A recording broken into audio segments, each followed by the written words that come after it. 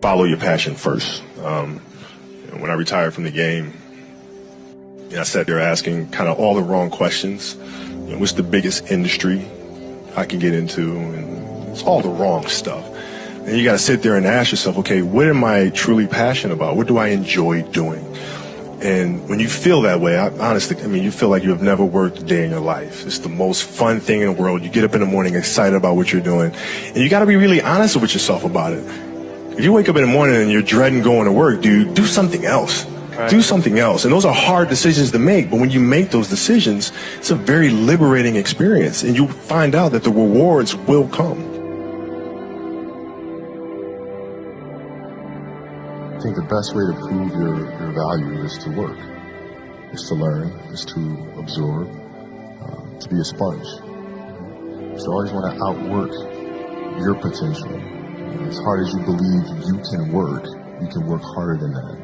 And that's what I tried to do when I first came to the league. But basketball is such a direct competition sport. And me coming in at 17, I hated when my teammates would say, I get hit with an elbow. Right? Shaq would hit me with an elbow in practice. And Nick Van Exel would come up and say, are you okay? I'm like, what? Are you okay? What the hell's wrong with you? So I always had that extra chip on my shoulder. So every day in practice for me was really trying to annihilate everybody that I was playing against. I wanted to prove you don't need to babysit me. I'm fine, And so it's always that competitive nature, the work ethic, and curiosity. Because I asked a lot of questions. Playing with Bryant Scott, I asked him a lot of questions. Eddie Jones, who was great at chasing guards off the screens, and I didn't understand how to do that. I would sit with him before practice, after practice. Magic, all the Laker greats, I would always sit down and just ask them questions about certain games that I studied growing up. What actually happened there? What did you feel there? Why?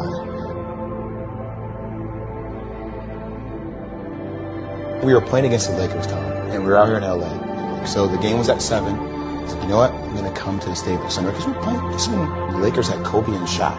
Okay, this is like the championship Lakers. I said, I'm going to get there at 3 o'clock. I want to make sure I make 400 made shots before I go back into the room, and then I sit in the sauna and I get ready for the game. So, get in the car, get to the gym, get there, and as I'm walking onto the court, who do I see? I see Kobe Bryant, already working out. So once I set my foot across that line, I started working out.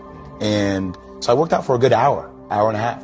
And when I came off, after I was done, I sat down, and of course I still heard the ball bouncing. I looked down, I'm like, this guy's still working out. He was working out for it looks like he was in a dead sweat when I got here. And he's still going. And it's not like his moves are nonchalant or lazy. He's doing game moves, I sit there and I unlace my shoes. I'm like, I want to see how long this goes. So I sit out there and watch 25 minutes. And he got done. I said, okay, I think I've seen enough. Go play, come back, get in the sauna, get ready for the game. That game, he drops 40 on us, okay? And after the game is over, I'm like, I have to ask this guy. I have to understand, why he works like that. Right. So after the game is over, I'm like, hey, Kobe, why were you in the gym for so long? He's like, because I saw you come in. And I wanted you to know that it doesn't matter how hard you work, that I'm willing to work harder than you.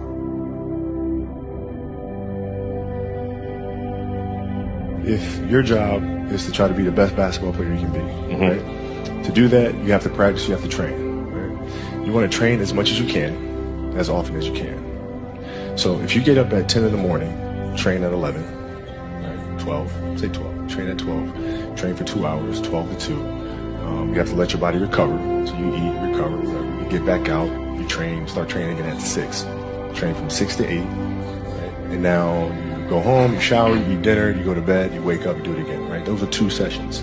Right? Now imagine you wake up at 3, you train at 4, you go 4 to 6, come home, breakfast, relax, blah, blah, blah. Now you're back at it again, 9 to 11, right? Relax, and now all of a sudden you're back at it again, 2 to 4, and now you're back at it again, 7 to 9. Look how much more training I have done by simply starting at 4, right? And so now you do that, and as the years go on, the separation that you have with your competitors and your peers just grows larger and larger and larger and larger and larger. And by year 5 or 6, doesn't matter what kind of work they do in the summer, they're never going to catch up because they're 5 years behind.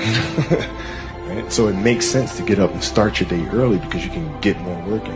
If I start earlier, I can train more hours. And I know the other guys aren't doing it because I know what their training schedule is. Right? So I know if I do this consistently over time, the gap's just going to widen and widen and widen and widen and widen, and they won't be able to get that back.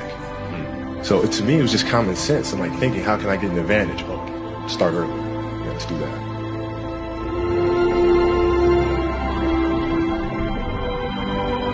How do you develop that, or where do you learn that from? Well, I think it's just a matter of what's important to you.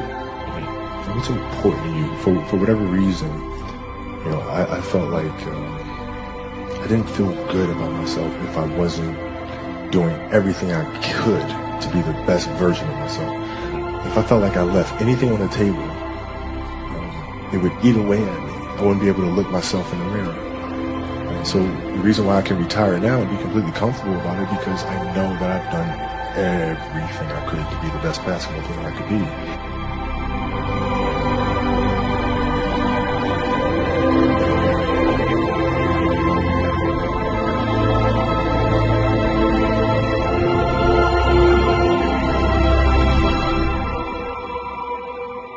Absolutely beautiful, you guys. I can't believe it's come to an end.